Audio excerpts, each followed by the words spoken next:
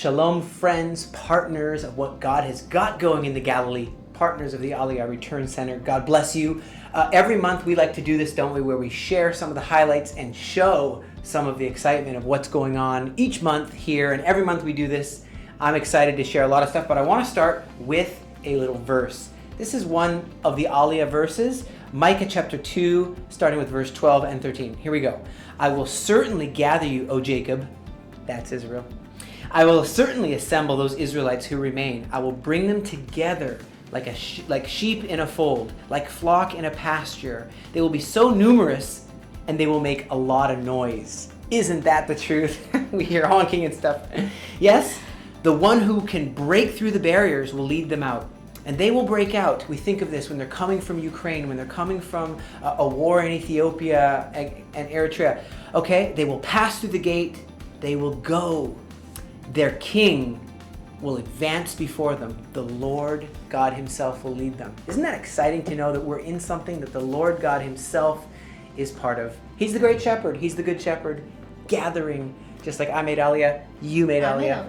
We all made Aliyah here. We did. The entire team, and so that's why our hearts are so set on it. It is. And okay, so to start out, what happened this month? There was people from the war, of course, refugees and immigrants. Immigrants, both, and we welcomed them. I mean, we had 750 of them under our care, and there was some emergency places for them to stay. But we gave them the food voucher of emergency supermarket voucher.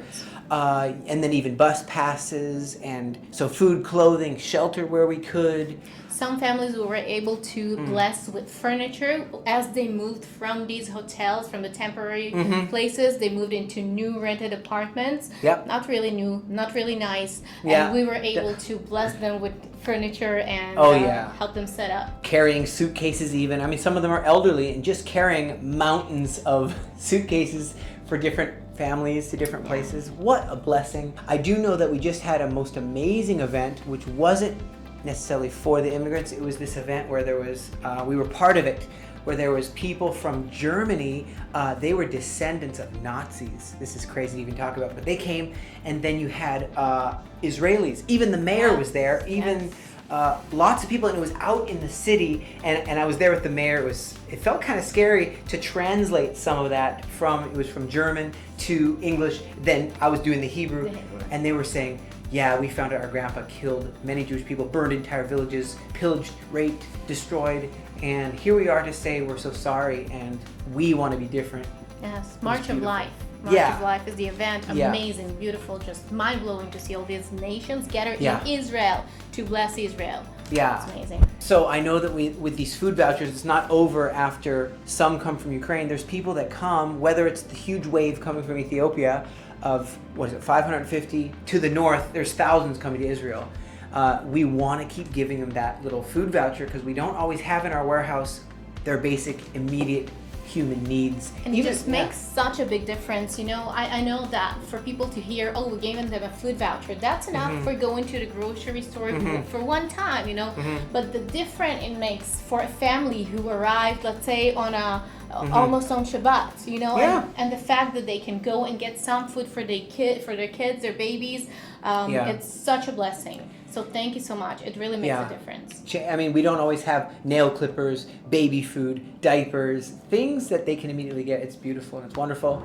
I think that the most amazing thing for an immigrant is not only getting help to get advice and legal advice of what to do, what to prepare to get on the plane, and then getting their stuff, aid, where you guys have been generous to aid them to get their stuff shipped here. Some come with just a suitcase, some come with a shipping container. And so to help fund that to get here to the port and then port to their immediate place where we give the food, clothing, shelter, and then also Hebrew, the Hebrew classes, is just beautiful to see this working so well. It keeps going on, and we have 60 students at the moment. I know that the next course is full. We don't have place. Yeah. We need more place. We need more classes because all of the new immigrants and the refugees and the Ethiopian Aliyah. So that's amazing. But then what, Chaim? Okay, so they got food, they got Hebrew. What can be more than that? What can be more than that? Oh, well, how about making a living? standing on their own 2 feet, where in Israel. It's like teach a man to fish is different than give a man a fish, right? We know that. And this key to the future, which I think is a great key to unlocking their destiny, their future, their legacy, because there's jobs available. Believe it or not, there are jobs in the Galilee, but you can't just come without knowing any language or out without any job training and just get that job. But now, with the help, your help, and the help of the Aliyah Return Center, there is this newest project. Brand new, from the nyloning, they say, from the brand new project called Key to the Future. And what is that exactly? They come night classes for a month and a half? Yes, night classes for a month and a half for new immigrants. They don't even have to have perfect Hebrew yet, which is a big advantage. So they come here 3-4 times a week. They stay all night. Well, not too late, but they study and they learn. And once they're done, guess what?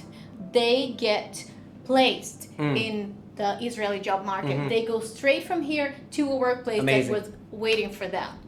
This is what partners want to know. They want to know the impact. They don't want to just know, great, you're handing out more stuff. Where will it ever end? They are now an honorable, contributing part of society. I love it. I think it's the future because they're no longer needy. They're now helping the society and paying taxes. Yes, I just came back from a quick trip to the U.S. You did? And it was a short trip, almost 2 weeks, and it was really fun. I could say a lot about it, but the only thing I'll say is I was really received like a king everywhere I went, and I'm coming to see all of you that I didn't see on the first trip. I'm coming to see all you on the next trip. I'm doing it once or twice or 3 times or 4 times a year, probably not more than 3 times a year, to fly, and people treated me like a king. I had fun, but it's not about that. I was able to share about Aliyah and what God is doing from boots on the ground, Galilee, and throughout Israel. We did have this Kansas City President Truman's farm. We were able to open an Israel tent on this big conference. There was like 8,000 people there, every day. Pretty much we had 4 days of conference. And people came in, they were praying blessings over Israel, and even Gen Z, young kids crying, God bless Israel. And I said, I love seeing young people just blessing Israel. And then we had this big, huge conference that we were part of called The Send. We joined in there, and they were saying 100 million intercessors are going to start praying for Israel. I'm like, great. Wow. We're here to help with all that, and pray for Aliyah while you're at it. Okay, fine, but if I live in the States and I want you to come visit, or I want to know about the next time you're there, where can I find the info? Well, definitely look at our newsletters, because down at the bottom, you'll probably see a little thing that says, if I'm about to do a trip, it'll say, Chaim's coming to the States. I wish I could write everyone an individual personal email from me, but it's there, and it's like, I'm coming to these states, Kansas City, Missouri, I'm going to Nebraska, I'm going to whatever, Canada, Ottawa, whatever it is, and then just write, hey, that's near me. Can you come to my church? I have a conference, an organization. Would you speak in my event? And so I'll come and I'll speak there for sure. Awesome. And of course, Deanna is the coordinator. Deanna at AliyahReturnCenter.com. She's the coordinator. But I want to just say thank you. There's lots we could talk about. I want to keep it short, but thank you for all you've done. And your heart is stirring in these times for Israel. We see what's going on, and there's threats of war looming, maybe with Iran. But just keep praying for the peace of Jerusalem, and pray for what God is doing here, and for the fulfillment of His word and His protection and blessing over all of this Aliyah Return Center family, which you're part of.